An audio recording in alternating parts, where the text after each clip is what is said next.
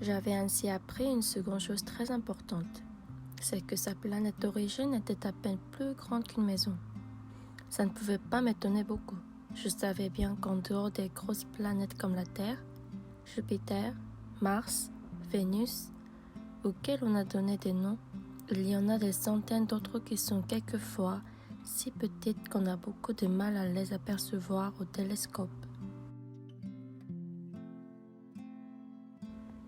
Quand un astronome découvre l'une d'elles, il lui donne pour nom un numéro. Il l'appelle par exemple l'astéroïde 3251. J'ai de sérieuses raisons de croire que la planète devenait le Petit Prince et l'astéroïde B612.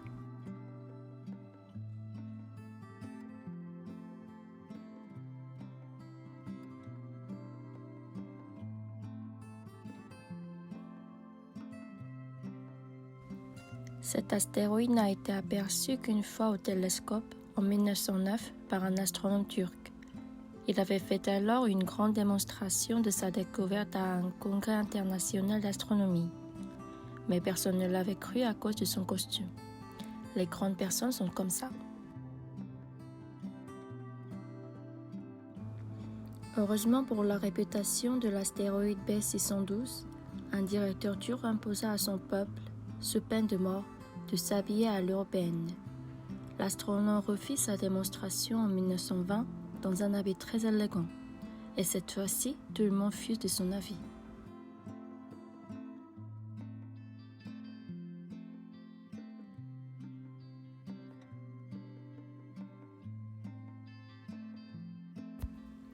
Si je vous ai raconté ces détails sur l'astéroïde B612 et si je vous ai confié son numéro, c'est à cause des grandes personnes. Les grandes personnes aiment les chiffres.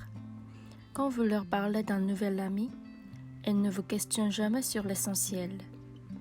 Elles ne vous disent jamais quel est le son de sa voix, quels sont les jeux qu'il préfère, est-ce qu'il collectionne les papillons. Elles vous demandent quel âge a-t-il, combien a-t-il de frères, combien pèse-t-il, combien gagne son père. Alors seulement elles croient le connaître.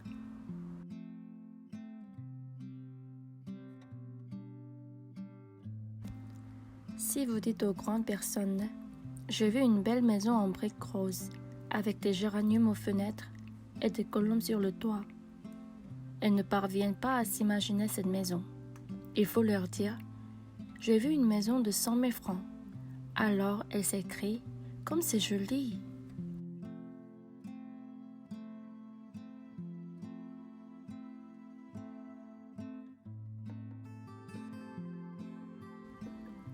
Ainsi, si vous leur dites « La preuve que le petit prince a existé, c'est qu'il était ravissant, qu'il riait et qu'il volait un mouton. Quand on veut un mouton, c'est la preuve qu'on existe. » Elles hausseront les épaules et vous traiteront d'enfant. Mais si vous leur dites « La planète d'où il venait est l'astéroïde B612 », alors elles seront convaincues et elles vous laisseront tranquille avec leurs questions. Elles sont comme ça. Il ne faut pas leur en vouloir. Les enfants doivent être très indulgents envers les grandes personnes.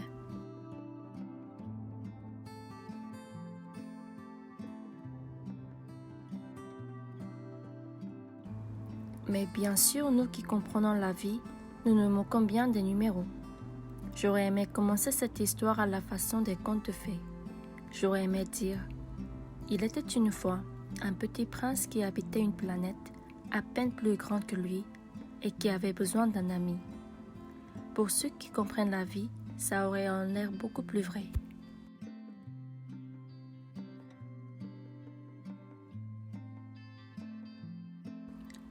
Car je n'aime pas qu'on lise mon livre à la légère. J'éprouve tant de chagrin à raconter ces souvenirs. Il y a 6 ans déjà que mon ami s'en est allé avec son mouton. Si j'essaie ici de le décrire, c'est afin de ne pas l'oublier. C'est triste d'oublier un ami. Tout le monde n'a pas eu un ami. Et si je puis devenir comme les grandes personnes qui ne s'intéressent plus qu'aux chiffres. C'est donc pour ça encore que j'ai acheté une boîte de couleurs et des crayons.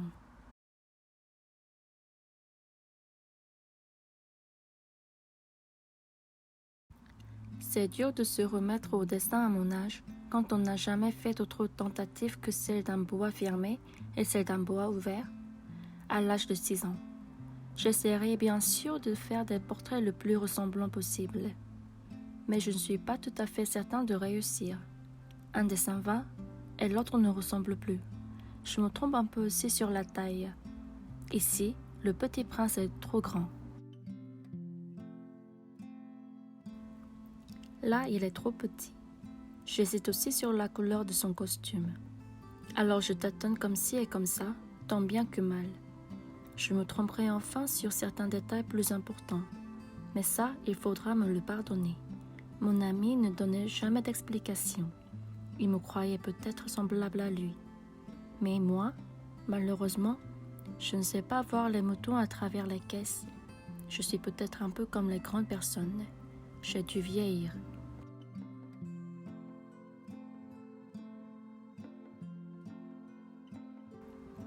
Chaque jour, j'apprenais quelque chose sur la planète, sur le départ, sur le voyage. Ça venait tout doucement, au hasard des réflexions. C'est ainsi que, le 3e jour, je connus le drame des baobabs. Cette fois-ci encore, ce fut grâce aux moutons, car brusquement le petit prince m'interrogea, compris d'un doute grave. « C'est bien vrai, n'est-ce pas, que les moutons mangent les arbustes ?»« Oui, c'est vrai. »« Ah, je suis content. » Je ne compris pas pourquoi il était si important que les moutons mangeassent les arbustes, mais le petit prince ajouta « Par conséquent, ils mangent aussi les baobabs ?» Je fis remarquer au petit prince que les baobabs ne sont pas des arbustes, mais les arbres grands comme des églises, et que si même il emportait avec lui tout un troupeau d'éléphants, ce troupeau ne viendrait pas à bout d'un seul baobab.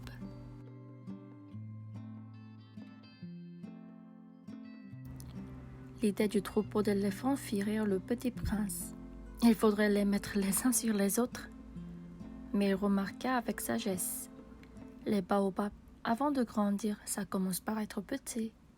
C'est exact. Mais pourquoi veux-tu que tes moutons mangent les petits baobabs? Il me répondit. Ben voyons, comme s'il s'agissait là d'une évidence. Et il me fallut un grand effort d'intelligence pour comprendre à moi seul ce problème.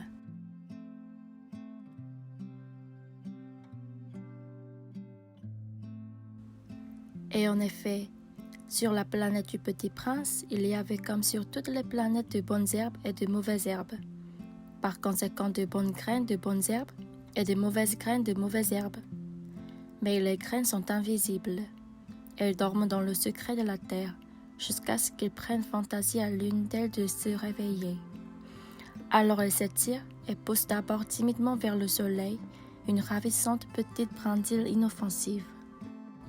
S'il s'agit d'une brindille de radis ou de rosier, on peut la laisser pousser comme elle veut, mais s'il s'agit d'une mauvaise plante, il faut arracher la plante aussitôt, dès qu'on a su le reconnaître. Or il y avait des graines terribles sur la planète du Petit Prince.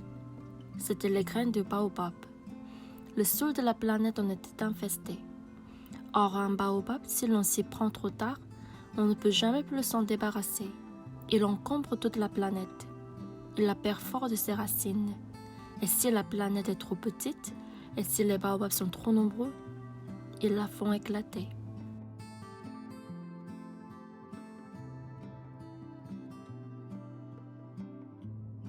C'est une question de discipline, me disait plus tard le petit prince. Quand on a terminé sa toilette du matin, il faut faire soigneusement la toilette de la planète. Il faut s'astreindre régulièrement à arracher les baobabs dès qu'on les distingue d'avec les rosiers auxquels ils ressemblent beaucoup quand ils sont très jeunes. C'est un travail très ennuyeux, mais très facile. Et un jour, il me conseilla de m'appliquer à réussir un beau dessin pour bien faire entrer ça dans la tête des enfants de chez moi. S'ils voyagent un jour, me disait-il, ça pourra leur servir.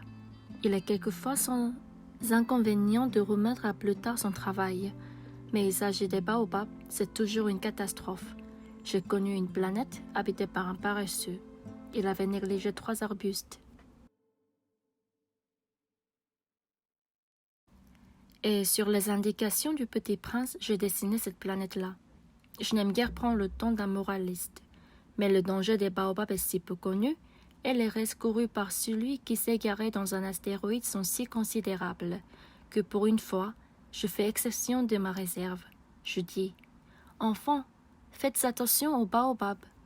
C'est pour avertir mes amis d'un danger qu'ils frôlaient depuis longtemps, comme moi-même, sans le connaître, que j'ai tant travaillé ce dessin-là. La leçon que je donnais en valait la peine. Vous vous demanderez peut-être, pourquoi n'y a-t-il pas, dans ce livre, d'autres dessins aussi grandioses que le dessin des baobabs? La réponse est bien simple. J'ai essayé, mais je n'ai pas pu réussir. Quand je dessinais les baobabs, j'ai été animé par le sentiment de l'urgence.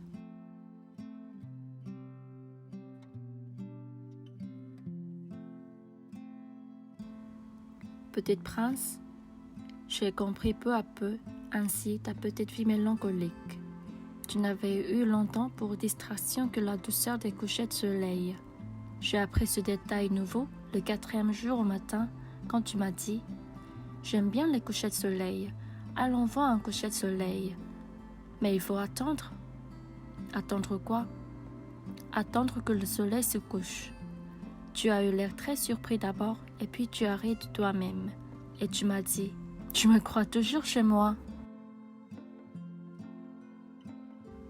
En effet, quand il est midi aux États-Unis, le soleil, tout le monde le sait, se couchait sur la France. Il suffirait de pouvoir aller en France en 1 minute pour assister au coucher du soleil. Malheureusement, la France est bien trop éloignée. Mais sur ta si petite planète, il te suffisait de tirer ta chaise de quelques pas, et tu regardais le crépuscule chaque fois que tu le désirais. Un jour, j'ai vu le soleil se coucher 44 fois. Et un peu plus tard, tu as ajouté « Tu sais, quand on est tellement triste, on aime le coucher du soleil. » Le jour des 44 fois, tu étais donc tellement triste? Mais le petit prince ne répondit pas.